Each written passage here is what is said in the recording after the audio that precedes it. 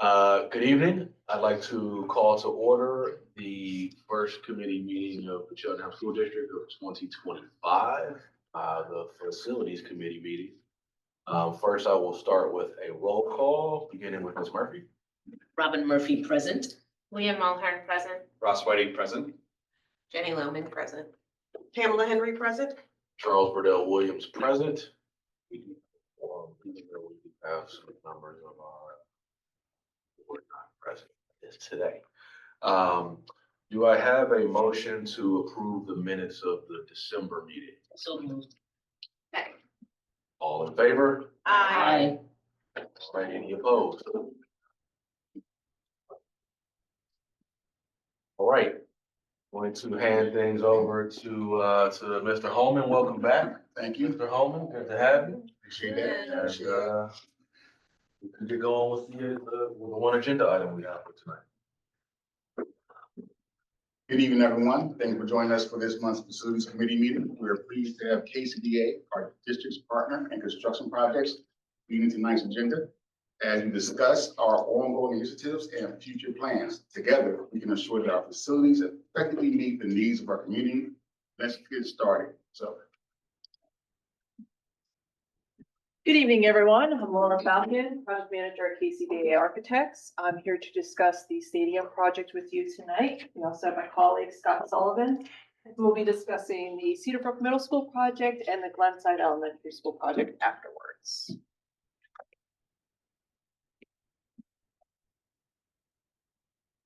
You go. As you're all familiar, you're receiving upgrades to the stadium at the high school. Part of the project, this is just a rendering, which I'm sure you've all seen before, with the new synthetic turf, the track and field. This is the gatehouse down here. In the next one. Just to pinpoint some items with this project. Again, you're getting the new synthetic turf multi-sport field. You're increasing your track from 6 to 8 lanes, which will be more in accordance with the PIAA standards. We are getting new bleachers for approximately 3,000 spectators, which would be an increase from the current about 900 spectators that attend. This will also allow for the away fans and the home fans to be separated with these bleachers. You're getting a new gatehouse with increased toilet facilities, around 30 toilets, which is an increase from your current facility. It's actually, you'll have a dual access to these toilet facilities from the stadium side as well as the public side. So other sporting events that are occurring during not during football games can access those toilet facilities. The gatehouse also includes a concession stands where you can sell candy and pretzels and things of that nature, no cooking items. And with the gatehouse, you get improved stadium security. There's one point of entrance into the stadium. You can install metal detectors if needed. Go to the next slide. So progress to date, KCBA and the civil engineer have documented the project. This district has been, there's a bid out for bleachers currently. Completed. Right, and sorry? The purchase, completed purchase. Completed a purchase, okay. Purchased by the district, received planning approval by the township in November. December 2024, SiteLogic was hired as the construction manager. They'll be overseeing the project, working with us on the project. The submission to the County Conservation District, the review is ongoing. We've heard that the review will be completed by May. And we go to the next slide. Okay, the next steps, the January is to receive bids for turf and the track. That was handled by the district yourselves, correct? The process, yeah. Yep. February is to bid the remaining scope in the multi-prime bid format, which includes the gatehouse and anything outside the track area. You're also receiving some new lighting, not at the field itself, but around the site. In May, you'll obtain your NPDES permit from the County Conservation Districts, as I just mentioned, and at that time, construction can begin. Like I said, construction starts in the spring, and hopefully complete the construction in August 2025, knowing that your first football game is on August 29th. And the next slide. If that is it. Any questions on the stadium project? Yeah, appreciate the overview. Sure. And I know with conservation studies, are they like athletic fields, are they typically approved Yes. like we don't within see- that timeline that you expect? The review process tends to take months, like 9 months. So, but we do anticipate it being approved in May. We don't see any holdups, hang-ups. Dr. White? Thank you. Quick question. This timeline puts us ahead of the last timeline that I think we received in the past. We were hoping for like a mid-fall home game, but this puts us the start of the football season as the open. Is that still true? That's always been my timeline. Right, okay, Not the gatehouse. The gatehouse is on a different timeline. got it. Because of the approval process, but the field itself, the stands, the turf, the track. Before the first football game. For the first ball, okay, okay. More questions? I just have a follow-up, about the gatehouse, right? So just thinking about what that might look like while you have one project kind of finished with the field and the gatehouse. Would it be like, are we anticipating that the gatehouse project will be underway and like happening as the season is happening, or would it be more of a we'll keep what we currently have and then gatehouse comes like after the fact, just thinking about disruptions and all that. That question will be answered once the contractor's hired and gives their opinion on how they wanted to proceed, but that's how I would envision it, so that it would be ongoing during the fall with anticipated completion forward. Got it. Just to add on to that a little bit, the Site Logic, who's the construction, they're an expert at that. Yeah. They'll work about how we do phasing so that you can safely come and watch the first game and be a participant in the first game while that construction activity is occurring. So that's in their bailiwick, and that's what they're getting paid to do, is to kind of work out those details. Great, I appreciate that additional context. Got it. Okay. Thank you. I'm gonna turn it over to Scott. All right. Really quick, just want to know, do we have any questions from? Questions from the community? Yes. Hello, Tara Knox, Elkins Park. I am one of the football parents that helps with fundraising. I have a question about the concession stand. I know you mentioned that there would be just a facility not for cooking. Are we making sure that the water line and electricity is up to date? Because we do house several refrigerators in there, as well as pizza ovens that we sell pizza during the football games. We also do fried chicken. As I know right now, it's not equipped to handle an air fryer. So, and we also need an ice machine in there. So is this going to be equipped to handle all of that, or just strictly no electrical, no water line? Oh, no, I'm there- sure about that. There's sinks in there, Okay. and it's a whole new electrical system, it's a whole new building, so it'll be equipped for your warming needs. Okay, but no physical. But no mechanical hood, Okay. that cooking, that's the whole thing. Okay, Or grease, yeah. and we barbecue outside, so we're used to that. Yeah. But I just want to make sure we still have the pizza oven and still have our refrigerators going that we need, that we've been having going all the time. And, okay, thank you very much. Good. Thank you. Okay, next on the docket is Cedarbrook Middle School. And go next slide, Josh. Just as a way to orient yourself, you can see here's Route 309 right here. There's the track. Here's the existing building. And what we're looking at doing here is putting an addition, because we all, as you know before, we're taking a new grade and bringing it to the school. And if you click on the next one, it's again, just putting this now into the architect's rendering. And the next slide. And you can see this is the addition as we're currently showing it. It works out really well. It's going to be basically a 2-story double loaded corridor down the middle with programmable activity on either side. And it's going to work with the existing corridors that are there. And it fits right in so that we can still maintain and with a little bit of an adjustment, still maintain our drive around the building. Now we just zoomed in at the same location. And this is the existing context. So this is the existing auxiliary gym. Here's the main gym is over there. We have an orchestra and music lab. And this is the current corridor that goes to the field. And then you're seeing the first floor here. So we have a bar of all classrooms that are having natural light. They're on the outside of this double loaded corridor. The main entrance here has an admin area. So we have secure checkpoint for any egress or ingress into this area. And then on the other side of the corridor, we're going to have all our sort of ancillary compulsory type spaces, which is toilet rooms. We have a small group instruction, elevator, and an IDF closet for IT. And then as you come to the corner, what we're talking about doing here is we're actually then, as you turn, we're putting in spaces that are possibly used not just for the 6th grade, but also for the rest of the school. So you're seeing a STEM lab and a learning support or life skills lab here. We're going to go up one floor to the 2nd floor. And again, you're going to see a bar of classrooms again for the same 6th grade. And the same bar of the compulsory spaces along the interior that don't have windows. And then as you turn, we have the 2 science labs for the 6th grade. We have another STEM lab that could be used by 6th or also 7th and 8th grades.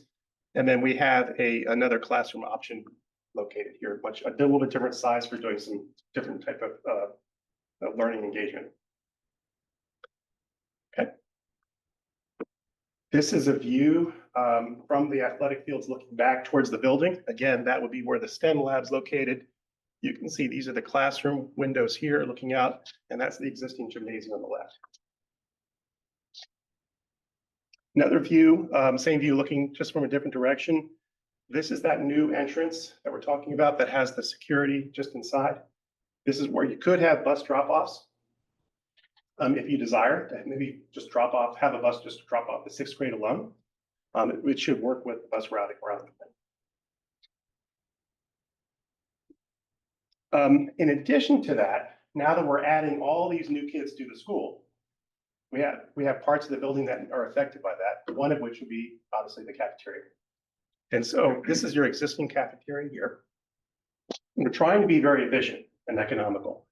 So we want to talk about an idea here that we're looking at. Next slide. This is your existing cafeteria here on that wing we just highlighted.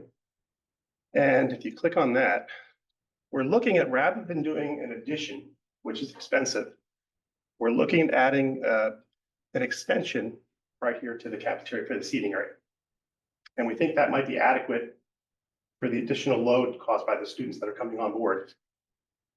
That used to be a food sciences lab. We're going to suggest putting it here, which already has the infrastructure for plumbing, etc. And then adding an art room here. These 2 were STEM buildings previously, STEM rooms, excuse me. And that gets the additional art room for the 6th grade. It co-locates it with the other art areas so that the art teacher can still do their activities. We actually have a larger food science lab, which we think is more adequately sized for what the activities they're doing. And then those STEM rooms that we displaced are on the other end of the building. Any questions on Cedarbrook? More questions? Just a comment, just appreciating the creativity of, with that, because we're already on a tight site plan to add an addition, but that knowing the space, having a kid there, that makes a lot of sense, at least on paper. So I appreciate that. I didn't mean that it wouldn't make sense, but it makes sense. I like it. I think it's a great use of this space. Thank you. I was just gonna, this is someone new, so we still are revisiting some of these classroom spaces with staff at Cedarbrook just to make sure that suits their needs. So before we transition, just always in a spirit of transparency, Mrs. Savage and Principal Metcalf are going to walk Cedarbrook tomorrow. Principal Metcalf did have some questions around the rendering of the design when he did his mock-up 6th grade master schedule.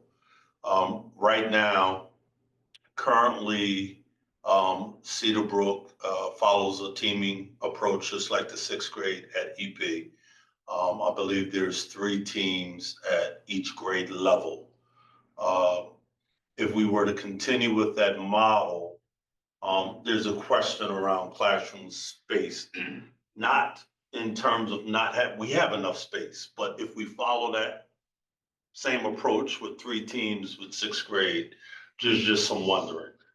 So I want them to do a thorough walkthrough with his master schedule along with the schematics of our design, to make sure that we're where we need to be.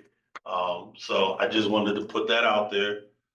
It's come to a couple of board members, one, me and Mr. Burdell-Williams just had a conversation about that prior to this meeting, but I just want everyone to have a level of awareness.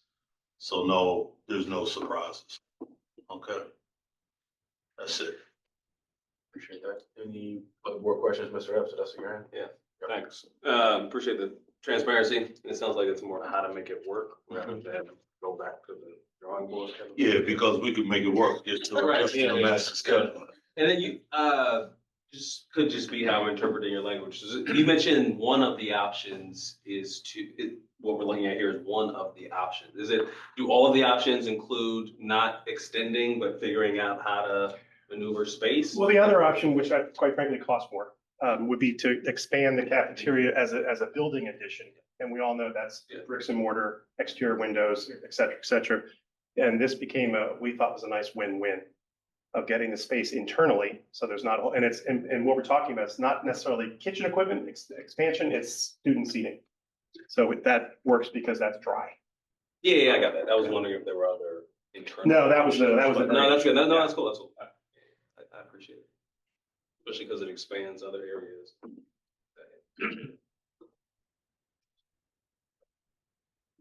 Any more questions on Cedarbrook? Questions from the community on Cedarbrook? All right. Good. Josh. Glenside Elementary. Here's again, just an aerial view, just indicating locations so that we all understand where we're talking about. And again, we're going to make this the architectural graphic. You can see here, we're off Harrison. Here's the existing building. And what we're looking at here is a series of 3 additions, 1, 2, and 3. Each addition has 2 rooms, 2 classrooms in it. And the logic behind this, we were going back and forth several times at various iterations of how to do this. We're limited to the area that we can put an addition on this building because we're constrained by the parking. We're constrained by the topography going down. And we're also constrained by how much space you can add on to this ground floor before the code kind of says, okay, you've got too much space on the square foot. So what we came up with was this option here of having two classrooms here, 2 classrooms here, and then 2 kindergarten or pre-K here, which works because that's where the existing kindergarten is located. And then the other thing we had to do is that when you add classrooms, you now add required parking by code.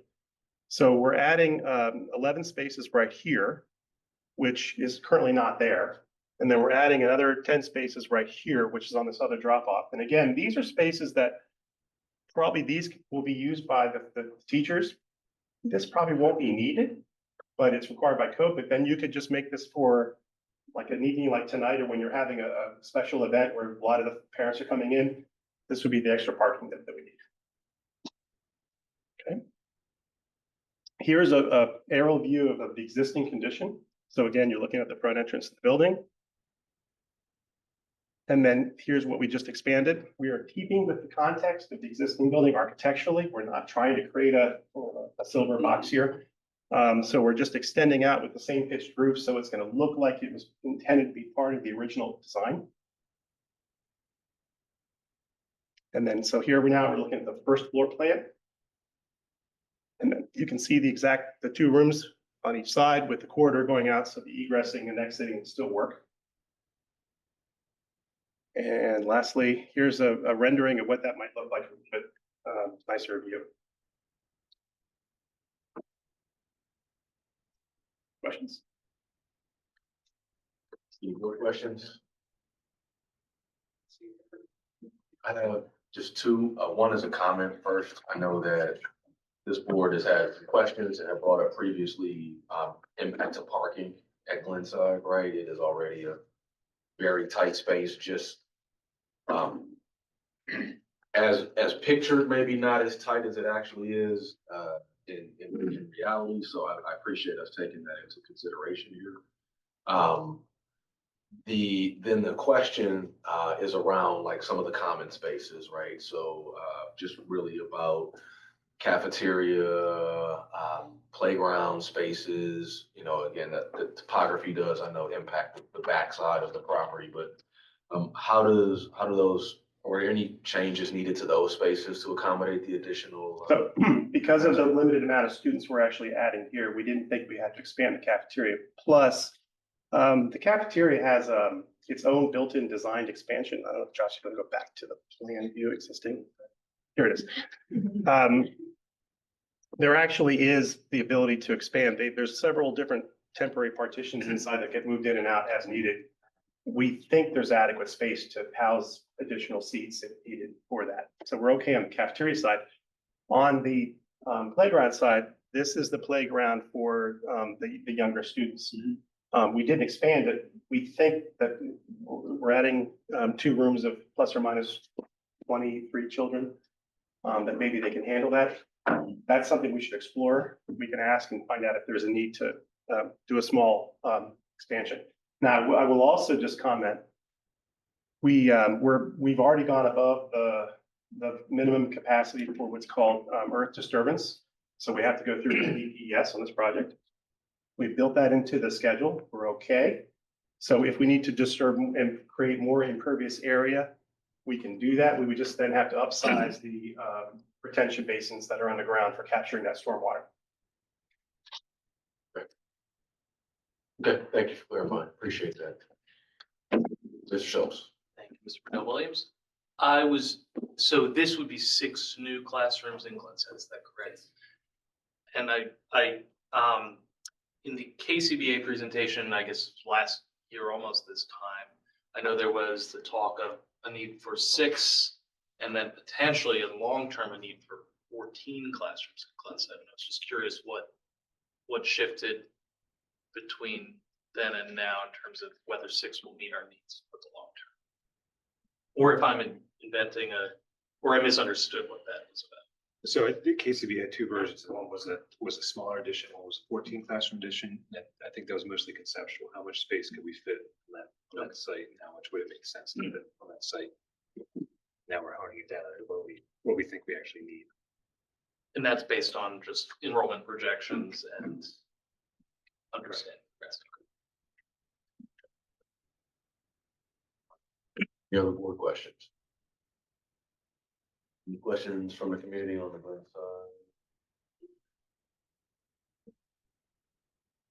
Thank you for the updates. Thank you very much. Thank you. Thank you. Thank you, Lauren.